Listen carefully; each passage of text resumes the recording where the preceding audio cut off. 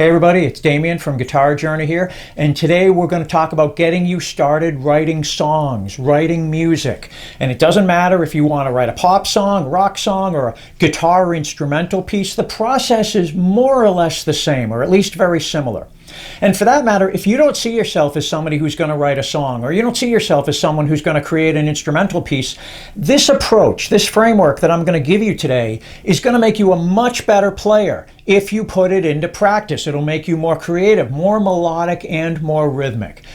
And in my opinion, there are really only three ways that the musical part of a song gets written. So I'm not talking about a lyrical phrase, a combination of words that maybe sparks your imagination. That may very well get you headed in a certain creative direction. But I'm talking about ways to get the music to a song started. What comes first? What starts things off? What sparks the creative process? And I'll probably get some pushback from some people on this, but I think this is pretty much true that there are really only three different ways that the music part of a song gets written. What's the first way? The first way is that you start off with a melody. And that melody could be something that would be sung, or it could be something that a certain instrument plays it, whether it's a guitar or a violin or whatever.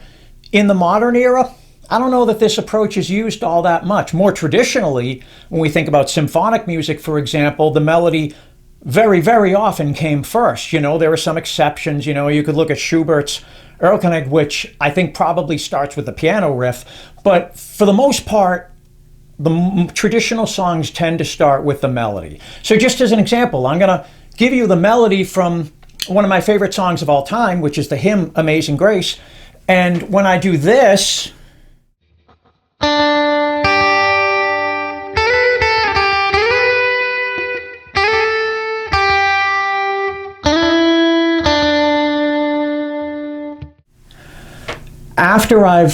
after I have that melody in place, then I start to put chords to it.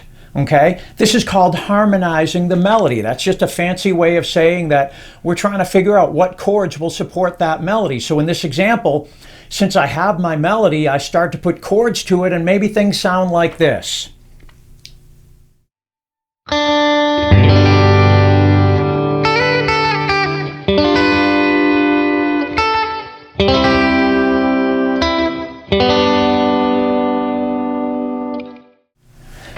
And then maybe as my piece evolves, I start to get a little more interesting with the chords. Maybe my song could evolve into something like this.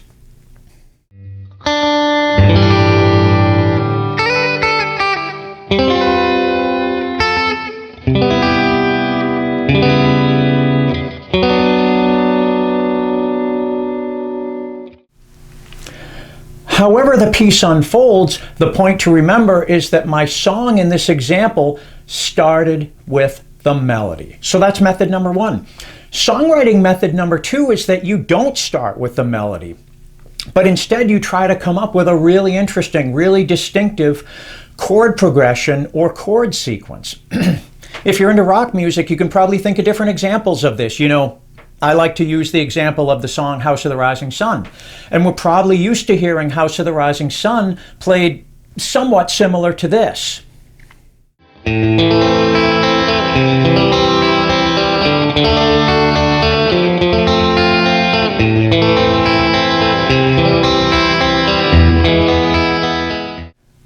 But you know what? The chords to House of the Rising Sun are so distinctive that no matter how I express them, it's always going to sound like House of the Rising Sun, whether I simply strum the chords,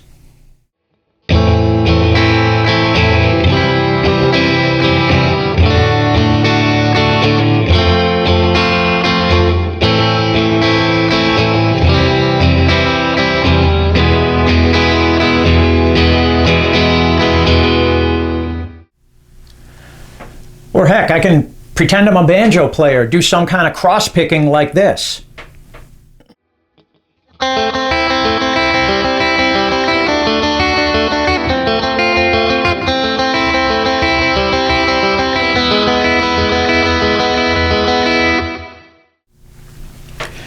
It really doesn't matter. It will still sound like House of the Rising Sun. However I choose to express these chords, the bottom line is if I go A minor to C to D to F, A minor to C to E, Pretty much everybody in the room is going to say, yeah, that's House of the Rising Sun, okay? It's a very distinctive, very memorable chord sequence. Another quick example that I like to give is the Eagles' Hotel California. I can express it the way the Eagles do on the recording, but even if I don't, even if I play something kind of crazy, like I play it with almost like a reggae feel or something.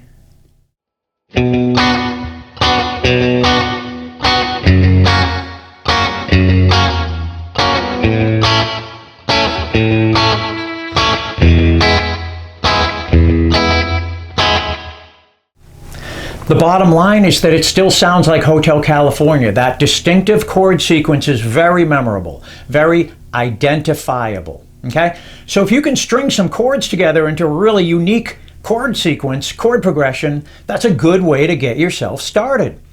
But all that being said, I tend to think that the third way is the way that most songs get written nowadays. And that third way is the creation of a rhythmic figure. That is to say, a riff.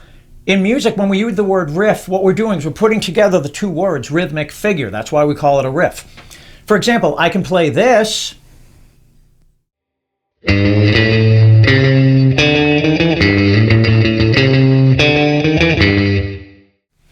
And of course, I'm not playing a sequence of chords, and I wouldn't really say that what I just played is a melody exactly. It's a rhythmic figure that'll repeat and develop within the song. It pretty much comes straight out of an A minor pentatonic blues scale. But if I just played the scale kind of ordinary like this, it wouldn't really sound like much. I took that pentatonic blues scale, played around with the notes, played around with the rhythm, and now you have a really classic rock riff. And of course, we think about all these different riffs that have come out of, hard rock and heavy metal and so forth. There are some great riffs, some great repeating rhythmic figures out there. Now, just to be clear, playing a riff does not mean that I'm not using chords. I could play something like this.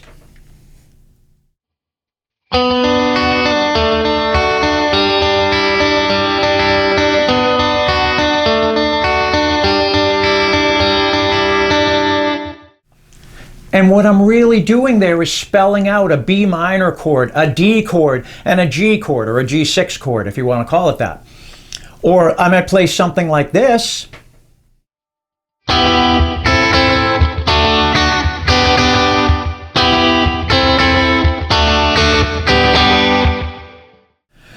And what I'm really doing is playing E minor to A minor to D to G, okay? So that's a really important point here that I'd like you to consider. I frequently tell some of my private students who are interested in songwriting, it's not so much the chords that you come up with that is necessarily going to be memorable. It'd be really awesome to come up with a really unique chord sequence, House of the Rising Sun, Hotel California, whatever example you want to use. But even if you don't, you can say to yourself that it's less about how unique is your chord sequence and more about how uniquely you express those chords, okay? Here's another example. Can you imagine we're in a band together and I say, hey, I got a riff. Imagine if all I did was this.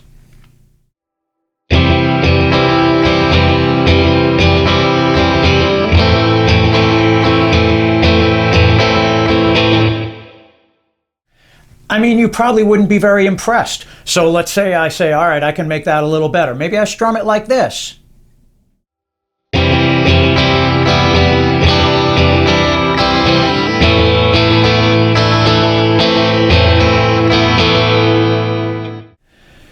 It sounds a little bit better, but it still doesn't really sound all that unique.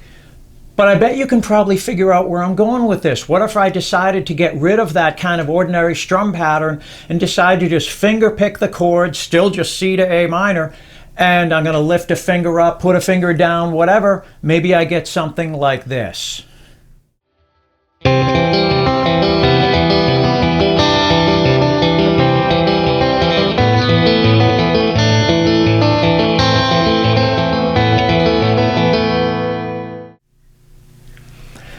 The point is that once again, it's not the chords themselves that are all that unique. It's how those chords are expressed.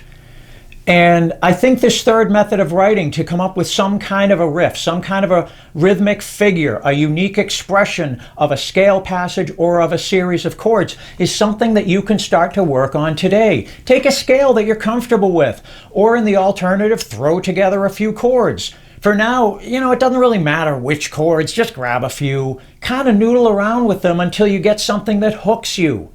Find a cool rhythmic way to express that scale. Find a cool rhythmic way to express that series of chords. You don't need to be thinking right now about, what's going to be the verse, what's going to be the chorus, what's going to be the intro, whatever.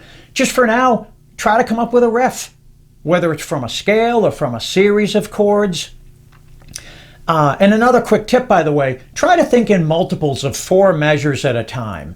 For example, you might come up with a 2-measure riff based on a scale, and you're going to repeat it, so that's a total of 4 measures.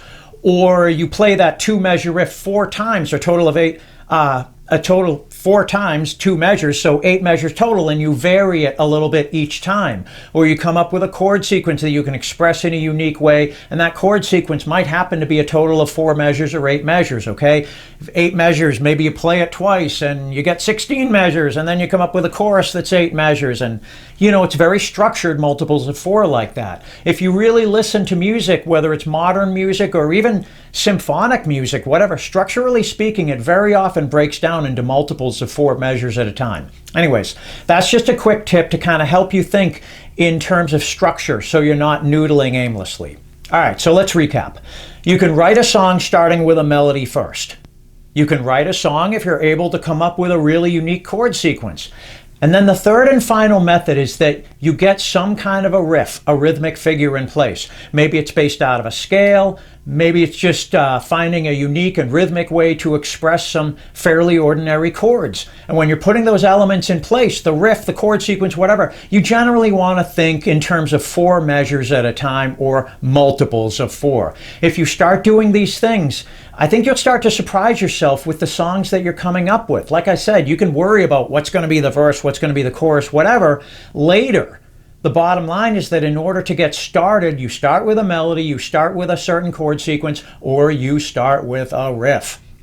Anyways, that's what I have for you today. I hope you found this helpful. And remember too that even if you don't see yourself as a songwriter, that's fine.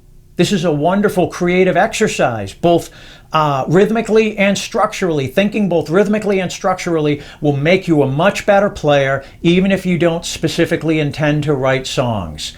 So if you have any questions about today's video, please feel free to ask a question in the comments section to this video. And if you found today's video to be useful, please give it a like, and also please subscribe to the Guitar Journey channel. We got a ton of content here, and we're adding new content all the time. If you really, really like today's video, please buy me a coffee. Buy me a coffee in the link in the description below. And finally, please feel free to make a suggestion for a future video. You can leave that in the comments section as well. I really do welcome your ideas. So please hit like, please hit subscribe, buy me a coffee if you want to. And if you have any questions or would like to suggest another topic for a future video, definitely leave a comment, okay? Thanks so much and have a great day.